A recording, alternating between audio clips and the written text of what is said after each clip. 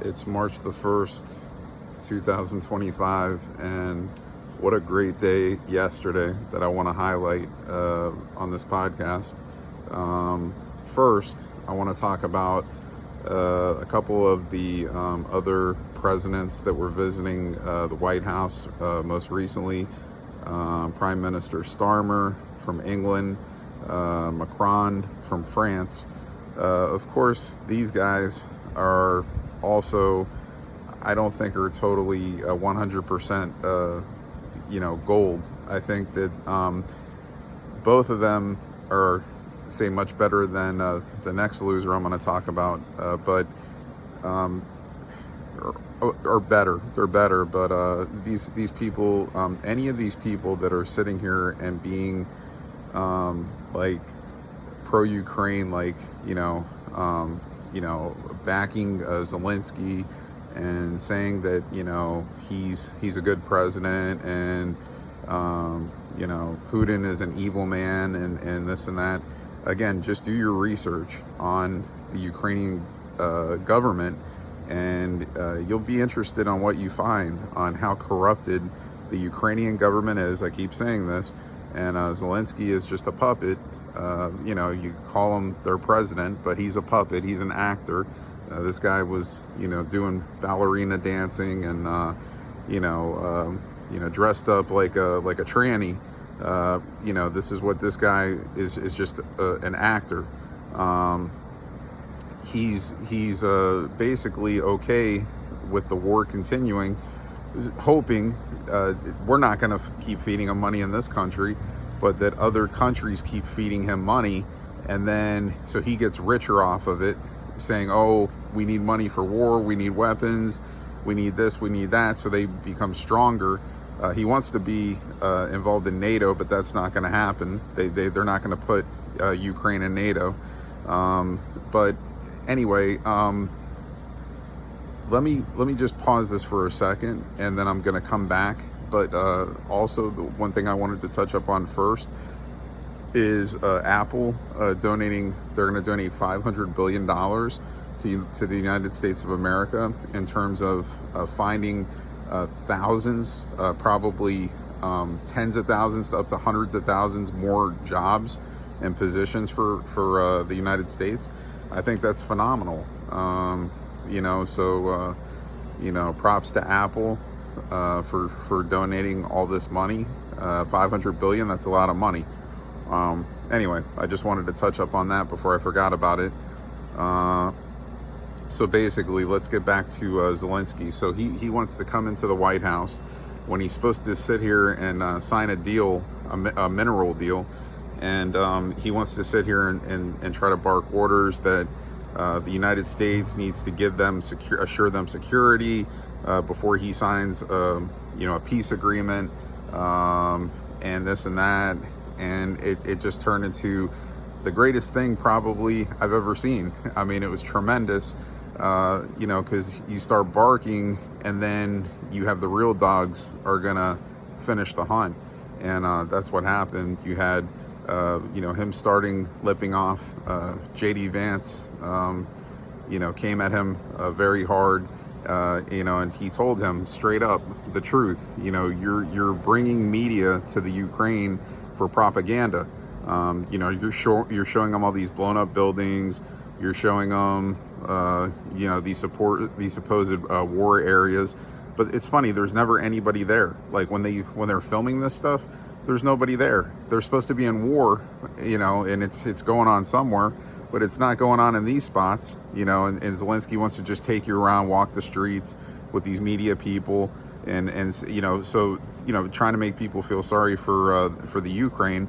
And again, this isn't a personal issue that I have with the Ukraine as a whole. It's not a problem I have with any of the citizens of the Ukraine. It's a problem I have with researching and knowing how fucked up and corrupted the Ukrainian government is. And Zelensky's a part of that. So anyway, then it got really nasty, and Trump basically told him, you're not winning. So that's the other thing they're trying to do. They're making you try to think that, like, Ukraine is like in this war and that they're winning the war. They're not winning shit. They have no chance of beating Russia in a war. They have zero chance. They're getting destroyed. So again, instead of Zelenskyy, urgently wanting to just sign off on a ceasefire agreement, some kind of a peace agreement, he would rather the war just keep going on so he could rake in more money and buy his wife some more cars, buy himself some more mansions, and then also in return send that money back to U.S. politicians that were backing this project. So again, this is what Doge is for. Doge is in. They're gonna keep investigating all this stuff. Eventually, they're gonna find all the individual corruption, who is doing it, get these people out of their positions, fire them, jail them. This is what has to be done. So anyway, it was just a great event yesterday. I could go word for word. I've already memorized it. Probably I've watched it like 10 times. It was so great. Basically Trump saying, there's a point, look, we don't, if we back out of this, then the two of you could just fight it out, meaning Russia and Ukraine. And, I don't think your chances are good. As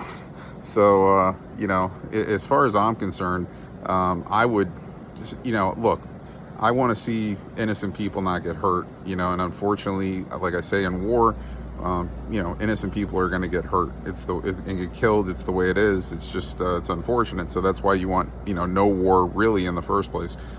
But me personally, I would stop sending any weaponry to the Ukraine. Let Russia just, keep going, and then let Russia just take over the Ukraine. Because I'm going to tell you something. The Ukrainian people, they would be more happy as a whole, average per person, trust me when I tell you this, of calling Putin their president over Zelenskyy.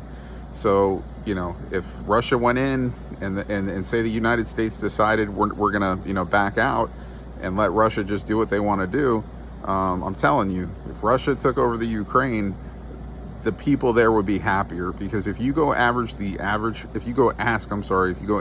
average person in the Ukraine, they will tell you that Zelenskyy is corrupt and that their government is poison and that there's tons of racism, there's tons of child trafficking in this country. There's a lot of bad things going on. So that they're not telling you here in the United States and in a lot of other places.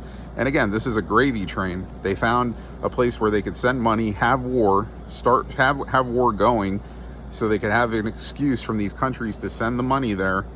And they know Putin's not a part of this shit. Putin has no interest. This is why they label him the bad guy like they do Trump, because these are actual big money guys that are actually trying to do things correctly and not against the law. So other politicians are getting rich off of it. So me personally, that's what I would let happen. I would just let fucking Russia go in, just fucking overtake Ukraine, and fucking jail or do something, take out Zelenskyy and that government, clean it up and let Russia take over, and it would be ran a lot better. And I'm telling you, on average, again, those people would be a lot more happy to call Putin their president than that corrupted little ballerina Zelenskyy. So then he got kicked out of the White House. So that was it. So Trump had enough of them. They had a meal set up, they had a lunch set up. It didn't happen. There was nothing signed. So they said it was Marco Rubio and Michael Waltz. They said, look, man, you got to go, President doesn't want you here anymore. You got to go. So, then he went and he did his little interview with Brett Baer. He stuck around a little bit in D.C. while President Trump boarded the plane, Air Force One. He came back home here to South Florida, Palm Beach. So he's spending the weekend here, probably out getting some good golf in today. It's a beautiful day. And, then Zelenskyy did his interview with Brett Baer, and Brett Baer offered him, a chance to apologize, and he didn't want to apologize. He just felt like, what he said was warranted. And, listen, Zelensky's as corrupt as they come. And anybody that you see backing Zelenskyy, is also corrupted to a point, because trust me, they're making money in some way off of the money that they're sending to Ukraine for the war. They're making money back in some capacity. And again, Putin, he's not a part of a gravy train, and Trump, he's not a part of a gravy train. And there's a lot of countries and leaders that aren't a part of gravy trains, but unfortunately there's others that are. And you know, it's a bad thing when all this stuff is shown, and when it comes out and you see how many people have just been doing dumb shit just to make more money illegally. It's going to be really bad, you know, but it will wake a lot of stupid people up. And like I said, it's it's been doing that, just not fast enough. So that's it. This is my second podcast of the week. I wanted to get another one in because I missed one a couple weeks ago, so I wanted to even it out. I like to do one a week, so this makes up for a couple of weeks ago when I couldn't get one in. So I basically touched up on pretty much everything else a couple of days ago. This is something great that happened yesterday that I wasn't totally expecting to go down like that, and it did. So I had to touch up on that. And they put that little dwarf in his place, the little Oompa Loompa, Zelenskyy. I don't know, is he even 3 feet fucking tall? Little midget boy. And he wants to sit there with that little sad face every time he comes, like he's eating shit, you know, and because the imposter Sleepy Joe isn't there anymore feeding him money. You know, then he had that big smile on his face, but he don't have that smile on his face anymore. And, you know, you don't disrespect the greatest president of all time. It's not going to flow. And again, like Trump says, we run shit. It goes through what we want here in this country, the most powerful country in the world. It goes through here. So again, we're looked at as, you know, the ones that, you know, step in when certain things look like they're being, you know, certain countries look like they're being taken advantage of, or bad things are going on. We're supposed to step in. But in this case, I'm telling you, Ukraine is the bad country. And Trump, regardless, is still trying to come to an agreement where there's no more ceasefire, there's no more war. And this fucking little clown doesn't want to, you know, abide. He wants, again, he wants it to keep going so he could just keep having money thrown to him, or hope, not from this country, but from other countries, and then basically keep begging us for weaponry so they get more stronger. You get what I'm saying? So, like I said, me personally, I cut it off, you know, and it's got nothing to do with the people there. The you know, again, let Putin run it, and we'll see a big difference, and put that corrupt government out of business. Anyway, what else did I want to touch up on? I'll go to sports real quick. There was yesterday, you know, talking Raiders, being a Raider fan. You know, the big thing is that it was possible that Matthew Stafford was going to come to the Raiders. It looked like that the Rams, you know, from what I was reading the last few days, they were letting Stafford go out and talk to teams, and you know, it looked like the Rams just didn't want him anymore for his salary. And you know, the Raiders were obviously the favorite over the Giants as of yesterday. It looked like, hey, Rams are going to meet with Stafford. They're you know, that a trade was possibly going to get worked out, but you know, there it was. I mean, we're back to the Rams, and I didn't even see official clarification of the restructuring of the contract. But at first, they were making it sound like that the Rams were only wanted to take it year by year with him. I guess maybe they said, no, we'll pay you for these 2 years, and they'll up the money. The Raiders were supposedly willing to give him 2 years for an average of $45 to $50 million a year. Me personally, I'm a big Aiden O'Connell guy. I think we drafted him 2 years ago. I think that he's got tremendous potential. I think he needs to play. So it would have been okay with me to bring a Stafford in. I never ployed to bring in Jimmy Garoppolo or Gardner Minshew. I was big on Aaron Rodgers a couple of years ago.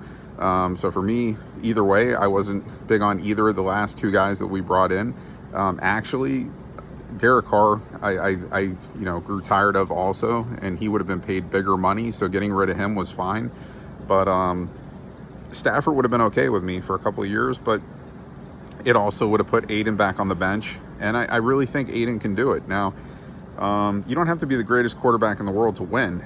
I think Aiden can make the throws. He gets rid of the ball fast.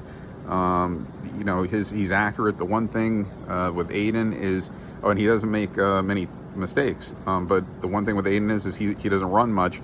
In this day and age, you know, they they want this hybrid in the NFL. You know, the quarterback that can run it, have more mobility in the pocket, that avoids sacks and stuff like that, which is understandable. But I mean, Matthew Stafford wasn't going to be a runner either. You know, this isn't a really athletic guy. So I would even deem Aiden more athletic than Stafford probably, and obviously younger. But Stafford has a track record. I mean, he throws for a lot of yards. He's, you know, he's a Super Bowl winner. He's going to be a Hall of Famer. It would have been nice to have him there. It would have been okay with me, I should say. But then I look at it like, okay, that's 45 or 50 more million dollars that we're going to have to definitely put into some of the other things that we need to shore up. And that's really just re-signing some of our own guys, mainly some of our defensive guys, Morrig, Spillane, Malcolm Kuntz, Adam Butler. There's some of those guys I think I'm looking there before I'm even looking at other free agents.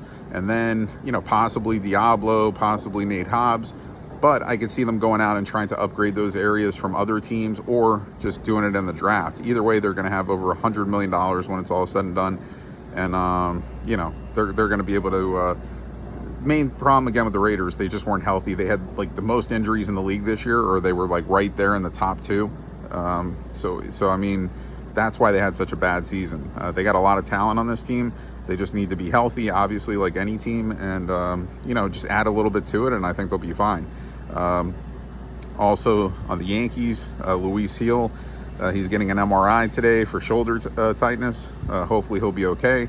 They said there's nothing wrong with his elbow, so it doesn't seem like it's going to be anything serious. I mean, he just came off a Tommy John surgery from 2 years ago. He came back last year, and he pitched great for us, won the Rookie of the Year. So hopefully all is good with him. Hopefully Stannon's elbows, they heal faster. He gets back soon. Doesn't seem like he's going to start the season with the team, but we'll see. Good win for the Bulls last night against the Raptors. They were down, they came back. Kobe White, big game. Giddey, big game. Zach Collins, big game. So, of course, I'm just highlighting some of the teams I follow. Blackhawks, I don't got shit to say because they've been on a pretty bad skid. So, anyway, that's all I want to say for this episode. I'll be back next week. Make America great. Like the hat says, the greatest president in history, Donald J. Trump, follow his lead. And the great vice president, J.D. Vance, follow his lead. All right, see ya.